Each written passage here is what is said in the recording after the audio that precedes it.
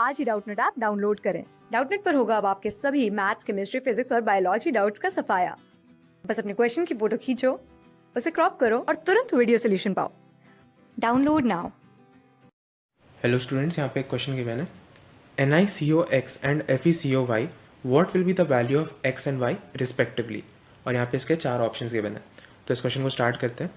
तो इस क्वेश्चन को हम लोग निकालेंगे इस बेसिस पे कि अगर कभी किसी कंपाउंड का जो EAN मतलब इफेक्टिव एटॉमिक नंबर है वो इक्वल हो जाए 36 के, 36 फॉर 3D सेंट्रल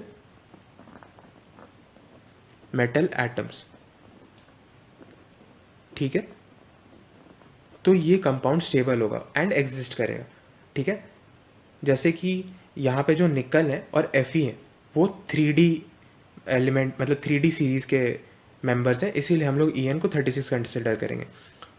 तो ये चीज़ सिडविक्स ने भी कही थी, मतलब अपने सिडविक्स रूल में, और उसने ये स्टेट किया था कि जब कभी भी किसी भी कॉम्प्लेक्स कंपाउंड के लिए जो उसका सेंट्रल मेटल एटम है उसका जो EAN मतलब इफेक्टिव एटॉमिक नंबर इक्वल होगा atomic number of noble gas के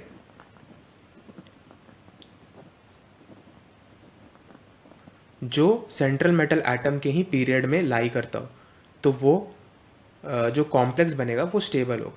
ठीक है, तो इस केस में जो निकल और आयरन है वो 4th पीरियड के एलिमेंट्स है, और 4th पीरियड में जो नोबल गैस होता है वो होता है क्रिप्टन Kr, और उसका जो एटॉमिक नंबर होता है वो होता है 36।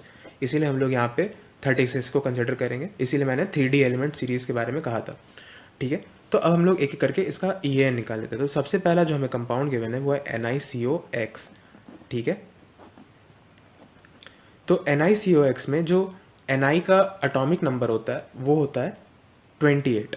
ठीक है, और ये जो नेट जो कॉम्प्लेक्स स्फीयर गिवन है उस पर जो नेट चार्ज है वो है 0। CO एक न्यूट्रल लिगैंड होता है, इसीलिए जो निकल पे जो चार्ज होगा वो भी होगा 0 का, मतलब ऑक्सीडेशन स्टेट ऑफ निकल in this complex compound is 0। ठीक है, तो हम EN निकाल लेते हैं। तो EN का फॉर्मूला होता है Z minus oxidation state plus twice coordination number. ठीक है, तो यहाँ पे Z होता है atomic number, OS oxidation state और CN कोऑर्डिनेशन नंबर। ठीक है, तो Z जो है मतलब एटॉमिक नंबर निकल के लिए है 28, ऑक्सीडेशन स्टेट है 0, और जो इसका कोऑर्डिनेशन नंबर है वो है X। जितने भी नंबर ऑफ लिगैंड्स किसी मेटल एटम से कोऑर्डिनेट बॉन्ड के थ्रू जुड़े होते हैं वो उसका कोऑर्डिनेशन नंबर बताता है। तो यहाँ पे सिर्फ CO लिगैंड है इसलिए, और वो X नंबर में प्रेजेंट है इसलिए इसका कोऑर्डिनेशन नंबर होगा X, और ये इक्वल होना चाहिए 36 के। तो अगर हम लोग इसको सॉल्व करें तो X की जो वैल्यू आएगी वो होगी 4। ठीक है, तो हमें X की यहाँ पे तो वैल्यू पता चली, मतलब ये कंपाउंड होगा NiCO4। अब हम लोग जो दूसरा हमें कंपाउंड गिवन है जो कि है FeCO(Y), इसके लिए देख लेते हैं। तो इस पे भी जो नेट जो कॉम्प्लेक्स पर चार्ज गिवन था वो था 0।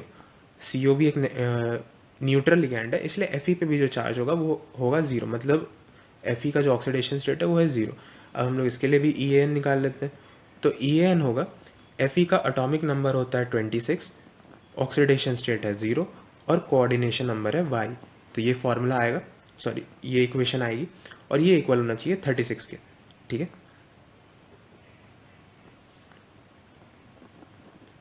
ठीक है, तो इसे हम अगर हम सॉल्व करेंगे तो हमारा आएगा 10 equal to 2y, that means y equal to 5।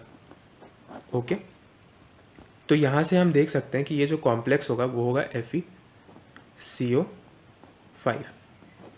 ये हमारा आंसर होगा। तो मतलब हमें जो ऑप्शन में सर्च करना है वो है 4,5। तो हम देख सकते हैं जो बी ऑप्शन गिवन है उसमें 4,5 गिवन है, 4 and 5, तो यही इस क्वेश्चन का करेक्ट आंसर होगा। Thank you. क्लास 6 से 12 से लेके नीट, IIT, JEE मेंस और एडवांस के लेवल तक 10 मिलियन से ज्यादा स्टूडेंट्स का भरोसा। आज ही डाउनलोड करें डाउटनेट ऐप या व्हाट्सएप कीजिए अपने डाउट्स 8400 400 400 पर।